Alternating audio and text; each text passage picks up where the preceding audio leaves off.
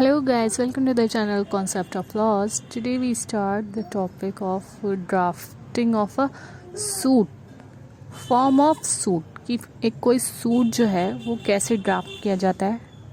तो जो बेसिक चीज़ें होती हैं किसी सूट को फाइल करने के लिए, उसकी ड्राफ्टिंग के लिए जो बेसिक चीज़ें होती हैं उसको आज हम डिस्कस करेंगे। वीडियो को एंड तक देखिए and please subscribe my channel and like the videos. So guys, let's start the video. किसी भी सूट को फाइल करने के लिए इसके 9 essentials होते हैं। Name of the court, suit number, the parties, the body of the plaint और the subject matter, cause of action, facts showing that the court has jurisdiction, statement of value, the reliefs claimed by the plaintiff और the prayer and verification. तो ये सब ये जो इसके essential elements हैं इनको अब हम डिस्कस करेंगे जिससे कि आप कोई भी सूट फाइल कर सकते हैं।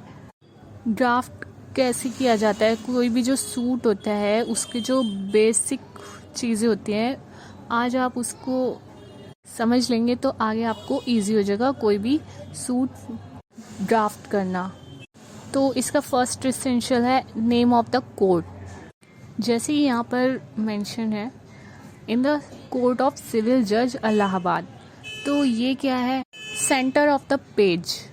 ड्राफ्टिंग आप जब भी करेंगे तो लीगल साइज पेपर पर ड्राफ्टिंग की जाती है और ये होता है लीगल पेपर। ये होता है, ऐसा होता है, इस साइज का होता है, किसी भी स्टेशनरी पर आपको अवेलेबल होगा। This is not a A4 sheet, this is legal size paper. जैसे कि आप सूट कोई ड्राफ्ट कर रहे हैं तो उसमें आप लिखेंगे नेम ऑफ द कोर्ट जो कि सेंटर ऑफ द पेज होगा और टॉप ऑफ द पेज। जैसे कि in the court of district civil and sessions जज नागपुर और in the court of civil जज बॉम्बे। और इस टाइप से जो भी जहाँ का भी वो कोर्ट होगा जहाँ पर सूट फाइल किया जा रहा है, जैसे कि in the court of munsif west Allahabad, तो इस टाइप से आप उसका जुरिस्डिक्शन मेंशन कर देंगे। सेकंड एसेंशियल इसका है सूट नंबर। तो सूट की जो सेकंड लाइन होती है, किसी भी प्लेन की सेकंड लाइन होती है, उसमें क्या होता है कि सूट नंबर मेंशन किया जाता है और ये जो सूट नंबर होता है इसको ब्लैंक छोड़ दिया जाएगा क्योंकि ये आपको नहीं फिल करना है, ये जो कोर्ट है वो खुद फिल कर देगी, तो इसको आपको ब्लैंक रखना है। ये किस चीज़ किन के लिए होता है, कौन इसको फिल करेंगे, जो ऑफिस होता है कोर्ट में, जो ऑफिस होता है office of the respective court, वो इस चीज़ को फिल करते हैं अकॉर्डिंग टू उनका जो ऑफिशियल लिस्ट होती है उसके अकॉर्डिंग वो इसमें सूट नंबर फिल करते हैं। तो इसमें हमें क्या चाहिए कि सिर्फ हम जो ईयर है वो फिल कर दें, वो हम इसमें मेंशन कर दें। For example suit number dash of 1994, जैसे 1994 का अगर ये सूट है तो आप वही ईयर मेंशन कर देंगे। उसके ठीक नीचे आप लिखेंगे मिसलेनियस सूट। जो भी आप सूट फाइल करेंगे उसको इस टाइप से आप ड्राफ्ट करेंगे। यहाँ तक आपको समझ आ गया होगा कि कैसे करना है कि पहले आपको टॉप ऑफ द पेज क्या लिखना है कि in the court of civil जज पटना, जैसे कि पटना का कोर्ट में सूट फाइल किया जा रहा है तो ऐसे लिखा जाएगा in the court of civil जज पटना। और सेकंड लाइन होगी जो कि लेफ़्ट साइड में लिखा जाएगा सूट नंबर डैश ऑफ 1984, जैसे कि 1984 का अगर वो सूट है। नेक्स्ट जो एसेंशियल है वो है पार्टीज़ नेम। पार्टीज़ जो है वो 2 पार्ट्स में डिवाइड की गई हैं, जैसे कि होता है प्लेंटिफ और एक साइड होती है डिफेंडेंट। प्लेंटिफ का मतलब जो फाइल कर रहा है सूट को, जिसने कंप्लेंट की है, और जो डिफेंडेंट होता है वो एक ऐसा पर्सन होता है जिसके अगेंस्ट में वो सूट फाइल किया गया है। डिफेंडेंट ज़रूरी नहीं है कि यहाँ पर कोई एक ही डिफेंडेंट हो, ग्रुप ऑफ पीपल भी हो सकता है, कई जो लोग हैं उनके अगेंस्ट में सूट फाइल किया गया है, जैसे कि कोई कंपनी है या फिर कोई ग्रुप ऑफ पीपल इंस्टीट्यूशन है, इस टाइप से। तो ये सिंगल भी हो सकता है और मोर देन वन भी हो सकता है। पार्टीज़ की फुल डिस्क्रिप्शन इसमें मेंशन करनी होती है प्लेंट में। फुल डिस्क्रिप्शन से मतलब है कि हिज फादर्स नेम और उसकी क्या एज है और उसका जो पोस्टल एड्रेस है उस पर्सन का, ये सब चीज़ें जो होती हैं फुल डिस्क्रिप्शन होती है। और अगर यहाँ पर प्लेंटिफ भी एक से ज़्यादा है तो उनको ऐसे नंबर से शो किया जाएगा 1, 2 एंड 3 इस टाइप से। और जैसे कि आपको बताया था कि अगर मोर देन 1 डिफेंडेंट है तो उनको भी इस टाइप से शो किया जाएगा 1, 2, 3 एंड 4 इस टाइप से, with their complete address, with their full description. और जो नेम इसमें मेंशन किया गया है वो एकदम ठीक होना चाहिए, करेक्ट होना चाहिए। अगर करेक्ट नहीं हुआ, कोई मिस्टेक हुआ नेम या फिर एड्रेस में, तो defendant can take a plea that it was not his name and address, this is completely different. So यही चीज़ डिफेंडेंट के जो रिटन स्टेटमेंट होते हैं उसमें भी होनी चाहिए, नेम और ये एड्रेस वगैरह बिल्कुल करेक्ट होना चाहिए। और इस मिस्टेक की वजह से प्रोसीडिंग्स जो है वो टाइम कंज्यूमिंग भी हो जाती हैं। अब इसमें एक पॉइंट ये देखिए कि जो एक माइनर होता है वो स्यू नहीं कर सकता है, और जैसे कि कहा गया है a minor can not sue और be sued except through a next friend और गार्जियन। उसका कोई गार्जियन या फिर फ्रेंड उसके बिहाफ में स्यू करेगा। अगर कोई एक पार्टी माइनर होती है या फिर अनसाउंड माइंड होती है, जिसकी की दिमागी हालत ठीक नहीं होती, तो ये चीज़ भी आपको डिस्क्राइब करनी होगी, मेंशन करनी होगी प्लेंट में। एक जो होता है कॉज टाइटल होता है, उसमें ये चीज़ को आपको डिस्क्राइब करना होगा। और जिस पर्सन के थ्रू आप स्यू कर रहे हैं उस पर्सन का भी नेम और डिस्क्रिप्शन आपको मेंशन करना होगा प्लेंट में। जैसे कि उसका कोई फ्रेंड है या गार्जियन है जो कि उसके बिहाफ में स्यू कर रहा है, तो उसका भी नेम और डिस्क्रिप्शन मेंशन करना होता है। और एग्जांपल, जैसे कि ये एक एग्जांपल है, Nirmal Kumar son of Krishna Shankar Lal a minor through Santosh Kumar.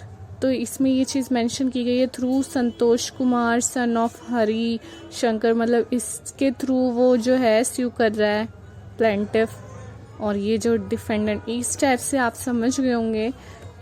और अगर कोई डिफेंडेंट होता है जो कि डिसेबल होता है, अगर उसको कोई डिसेबिलिटी होती है और उसका गार्जियन उसके बिहाफ में प्रेजेंट करता है, जो केस होता है उसको प्रेजेंट करता है, वो प्रेजेंट होता है प्रोसीडिंग्स में, तो ये अपॉइंट किया जाता है कोर्ट के थ्रू। एक स्पेशल प्रोसीजर प्रिस्क्राइब्ड किया गया है इन ऑर्डर 32 में प्रिस्क्राइब्ड है। और इसमें एक पॉइंट ये है कि अगर कोई एक पार्टी गवर्नमेंट होती है, गवर्नमेंट एज अ पार्टी, अब जैसे कि गवर्नमेंट अगर कोई सूट फाइल करती है या फिर गवर्नमेंट के अगेंस्ट कोई सूट फाइल होता है, तो वहाँ पे क्या नेम प्लेस, ये जो डिस्क्रिप्शन है वहाँ पर क्या चीज़ मेंशन की जाएगी। अगर वो सेंट्रल गवर्नमेंट है तो उसकी जगह we use the words the union of India, तो यहाँ पर हम क्या मेंशन करेंगे, द यूनियन ऑफ इंडिया। और अगर वो स्टेट गवर्नमेंट है तो हम ये वर्ड्स यूज़ करेंगे स्टेट ऑफ डैश, मतलब जहाँ का भी वो स्टेट है, जैसे कि बिहार हो गया, जैसे कि स्टेट ऑफ बिहार, इस टाइप से हम यूज़ करेंगे। नेक्स्ट एसेंशियल अब हम देखते हैं, इसका नेक्स्ट एसेंशियल है बॉडी ऑफ द प्लेंट। तो इसमें क्या आएगा कि जो पूरा जो प्लेंट का बॉडी है, मतलब कि जो फैक्ट्स हैं वो सब इसमें मेंशन किए जाएंगे, जैसे कि नरेशन ऑफ फैक्ट्स। और ये जो है प्लेंट का सेकंड पार्ट है। फर्स्ट पार्ट क्या कंटेन करता है, नेम ऑफ द पार्टीज और name of the court, suit number, ये सब जो था ये क्या था कि फर्स्ट पार्ट था। और जो सेकंड पार्ट है वो है कि बॉडी ऑफ द प्लेंट। इसमें कुछ कंडीशंस होते हैं, जैसे कि 1 paragraph must contain only 1 fact. एक कोई पैराग्राफ है तो वो एक ही फैक्ट को उसमें एक ही फैक्ट को रखा जाएगा। अदरवाइज यहाँ पर कंफ्यूजन क्रिएट हो जाएगी। अगर सब फैक्ट्स को एक साथ मिला दिया जाएगा तो एक पैरा में एक फैक्ट को मेंशन किया जाएगा, और जो सब फैक्ट्स हैं उनको डेट वाइज क्या किया जाएगा, मेंशन किया जाएगा क्रोनोलॉजिकल मैनर में। ऐसा नहीं है कि जैसे कि 1 दिसंबर की बात आप बाद में मेंशन करें और जो बात हेल्ड हुई थी, जो फैक्ट था 12 दिसंबर का, वो आप पहले मेंशन कर रहे हैं। डेट वाइज जो है फैक्ट्स को मेंशन किया जाएगा। अगर कोई पार्टीशन का सूट है तो सबसे पहले उसमें हम जो प्लेंटिफ की आइडेंटिटी है उसको डिस्क्लोज करेंगे, और इसके साथ ही प्लेंटिफ की जो रिलेशन हर एक डिफेंडेंट के साथ क्या रिलेशन उसका था उस चीज़ को भी मेंशन किया जाएगा। सब जो फैक्ट्स हैं उन सबको कैसे लिखा जाएगा, only third person, as a third person mention किया जाएगा। इस टाइप से मेंशन नहीं कर सकते हैं कि फर्स्ट पर्सन और सेकंड पर्सन, कहीं पर भी इस टाइप से प्लेंट में मेंशन नहीं किया जाएगा। ऐसे हमको यूज़ नहीं करना है, थर्ड पर्सन करके हमें यूज़ करना है। और जहाँ पर लिखा जाएगा आई, मतलब कि आई यूज़ की जगह हम करेंगे प्लेंटिफ, आई की जगह प्लेंटिफ यूज़ किया जाएगा, आई वर्ड यूज़ ही नहीं किया जाएगा। और जो ये प्लेंट होगा ये एक नरेटिव फॉर्म में होगा, कि जैसे ये एक नरेशन होती है उस टाइप से प्लेंट को ड्राफ्ट किया जाता है। और ये जो प्लेंट होगा इसे कोर्ट जो है वो एसर्टेन करेगी कि कहाँ पर ये जो फैक्ट्स हैं, मतलब कि इन फैक्ट्स में और लॉ में कॉज ऑफ एक्शन कहाँ पर अराइज हो रहा है, कहाँ पर एलिगेशन लग रही है और नहीं लग रही है। ये चीज़ क्या है कि कोर्ट डिसाइड करेगी।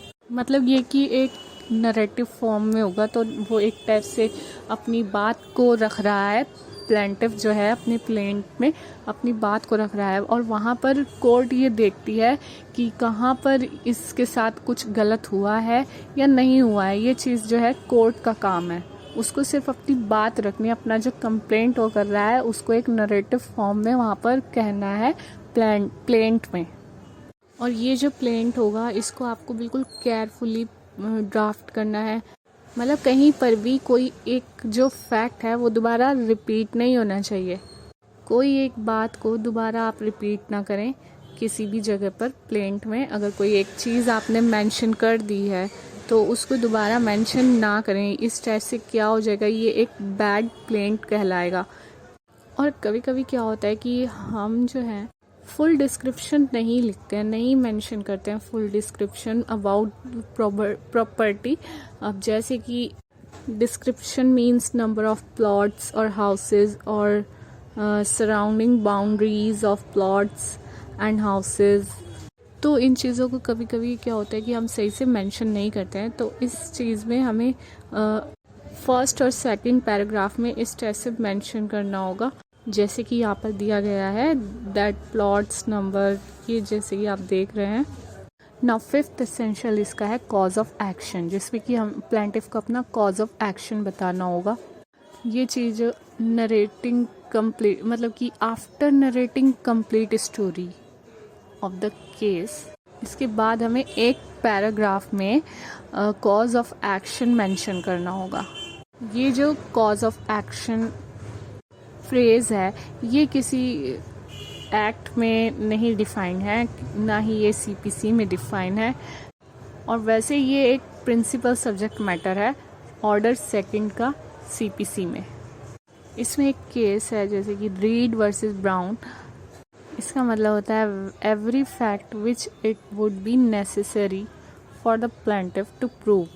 हर एक वो फैक्ट जो कि ज़रूरी होता है प्लेंटिफ को प्रूव करना, जो कि उसके राइट के सपोर्ट में हो। मतलब कि जो वो कह रहा है उस चीज़ को, वो जो स्टेटमेंट है कॉज ऑफ एक्शन, वो उस चीज़ को सपोर्ट करती हो। बट इसका मतलब ये नहीं हो गया कि हर एक एविडेंस जो इस बात को प्रूव कर रहा हो। इस चीज़ का ये मतलब नहीं हो गया कि इसमें हर एक एविडेंस मेंशन किया जाएगा। मतलब इसमें ये जो कॉज ऑफ एक्शन होता है उसका जो कह रहा है, वो जो कंप्लेंट कर रहा है उसके सपोर्ट में एक स्टेटमेंट होता है जो कि उसको प्रूव करता है उसकी उस बात को। और एक जगह इसको ये कहा गया है कि कॉज ऑफ एक्शन जो होता है वो एक बंडल ऑफ फैक्ट होता है जो कि पेटिशनर को प्रूव करना होता है, जो कि उसके सपोर्ट में हो, जो कि जजमेंट उसके फेवर में आए, उस टाइप से उसको प्रूव करना होता है। कॉज ऑफ एक्शन नाम से ही क्लियर है, ये तो आप समझते ही होंगे। तो ये जो पैरा कंटेन करता है कॉज ऑफ एक्शन, ये आता है आफ्टर नरेटिंग स्टोरी, मतलब कि बॉडी ऑफ द प्लेंट। और इसमें हम ये देख लेते हैं जैसे कि order 7 rule 1 sub section E सब क्लोज ई, ये जो सीपीसी का ऑर्डर है, रूल है, ये क्या कहता है कि plaint must contain the facts constituting the cause of action and when it arose। इसका 6th essential हम देख लेते हैं, jurisdiction of the court। This is the next important part of the plaint। इसका मतलब ये होता है कि क्या वो कोर्ट जहाँ पर ये सूट फाइल किया गया है, क्या वो कोर्ट कम्पिटेंट है, उस कोर्ट का jurisdiction उसमें मेंशन करना होता है। jurisdiction means the power जो कि एक कोर्ट के पास होती है किसी सूट को, किसी प्रोसीडिंग्स को चलाने की। जो अपील्स होती हैं, सूट्स होते हैं, एप्लीकेशंस होते हैं, उस चीज़ को, इन सब चीज़ों को चलाने की जो पावर कोर्ट के पास होती है, मतलब कि उस कोर्ट की लीगल अथॉरिटी।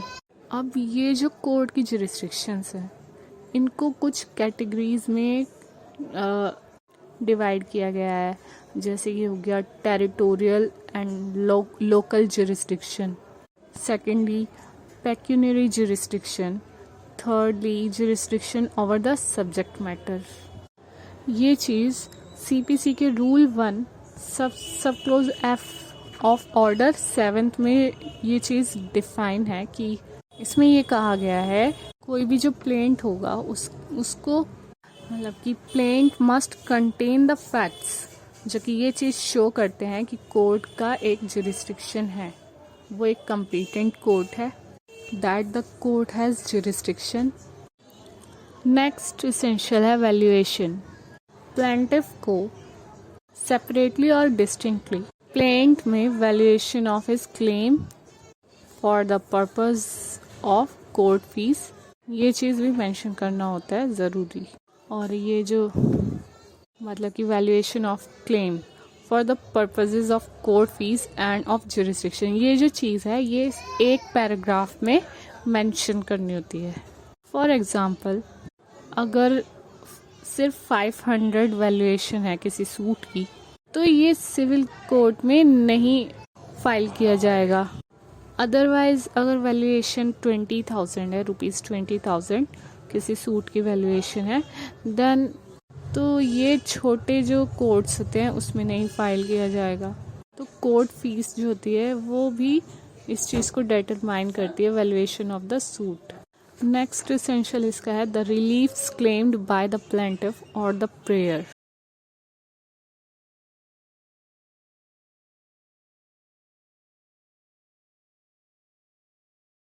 ये जो ज़रूरी फैक्ट्स हैं जो कि प्लेंट में मेंशन किए गए हैं, तो अगर कुछ इसके बिहाफ में जो कुछ रिलीफ्स होते हैं जो कि प्लेंटिफ चाहता है डिफेंडेंट से क्लेम करना, वो सब इस पैराग्राफ में मेंशन किए जाते हैं।